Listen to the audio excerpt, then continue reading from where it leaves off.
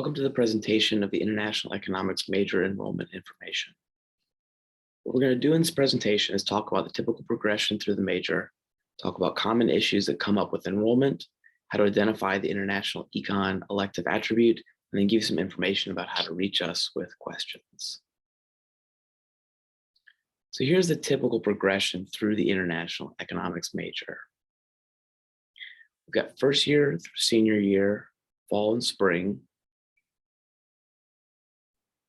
And in the first year, we typically like for students to take Calc A and Calc B or some equivalent. So it could be BC Calculus for AP credit, could be Calc 1 and Calc 2, but some equivalent of Calc A and Calc B. Those are the recommended classes.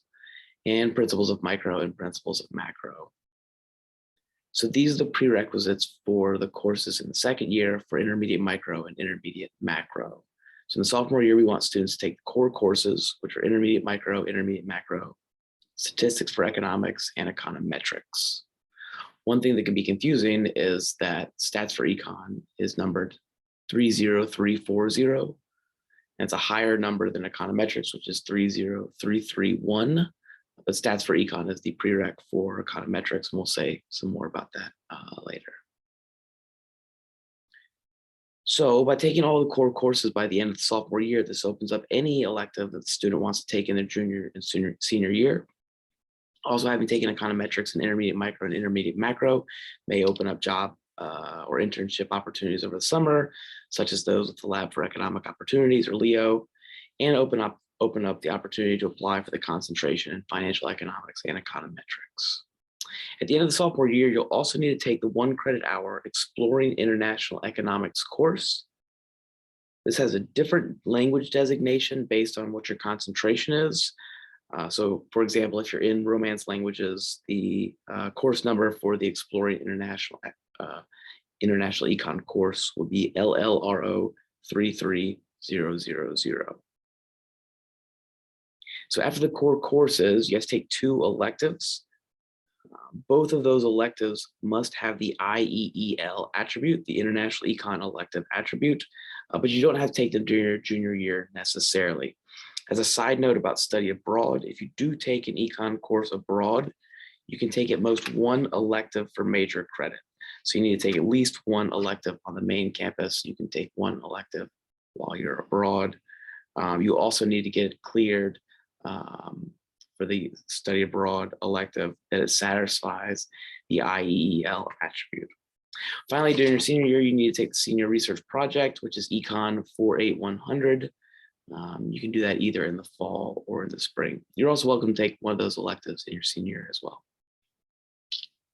So that's the typical progression. Let's talk about some common issues.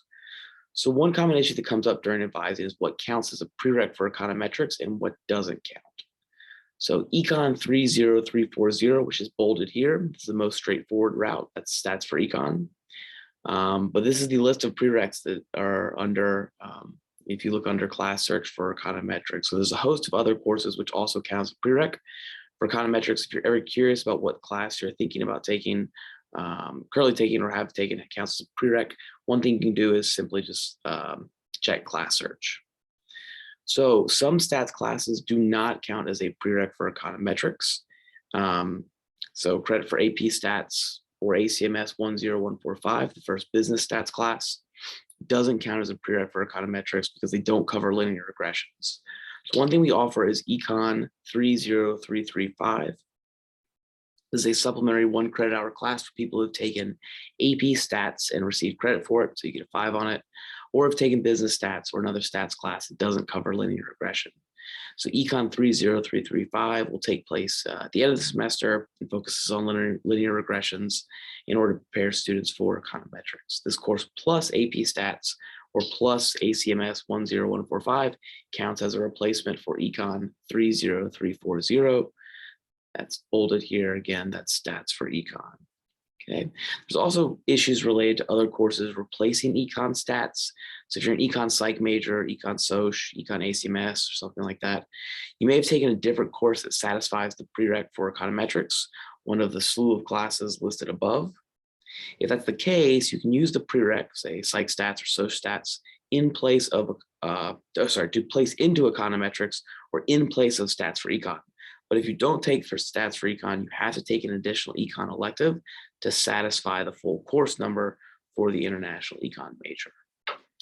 Finally, there can be some timing issues if you're a math econ or econ ACMS major. So suppose you're econ ACMS and you're not going to take one of these prereqs, say ACMS 20340 or 30440. Let's say you're not going to take that until your junior year. If that's the case, we'd like to get you into econometrics sooner rather than later. So please reach out to an econ advisor and we'll work with you to try and figure out how to get you into econometrics, hopefully by the end of your sophomore year. For all these stats issues, please just reach out to an econ advisor if you have any questions. Okay, so what I'm going to do now is outline the procedure for closed classes in the waitlist, and this is probably the biggest source of confusion that we get during enrollment. When a class is full, we close enrollment and start a waitlist. Okay, you'll know it's full because you'll receive a message or restriction that says class full, email econ@nd.edu. At this point, you can email, guessed it, econ@nd.edu to add your name to the list. If the spot opens up for you, Shannon Carter will send you an email. So now why is this confusing? The issue is that we have to do all of this manually. So once a class is closed, okay, so it's full, we close it. The only way you can get in is if someone else drops. When they drop, we have to manually give the person at the top of the list an override and then email you with a notification that you can register. During this time, it looks like there's an opening in the course, but there isn't. The restriction is still there, and we're simply waiting for the person at the top of the list whom we've emailed to register. So be careful. If a course has only a few openings, it could be because there are actually a few openings, but you want to check to see if there's any restrictions that says class full. If there is, then you can email econ@nd.edu to add your name to the list, but you're not going to be able to register for that class directly. I realize this is confusing, but this is the best we can do with the current system. Okay, last but not least, these are elective attributes.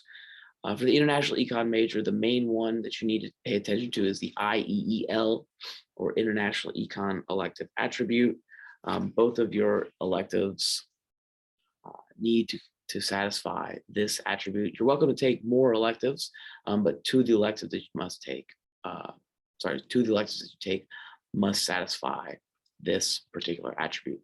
If you're in the financial concentration, the CFEL attribute is relevant for you. And for international econ majors, the senior research project counts as an econ writing intensive course, so you don't really need to worry about that attribute.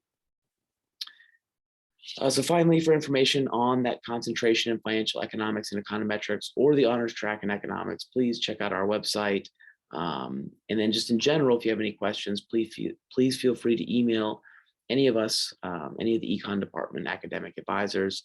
You can find our emails under the website, Notre Dame Economics undergraduate program and advising. You can also schedule an appointment using a link on that page.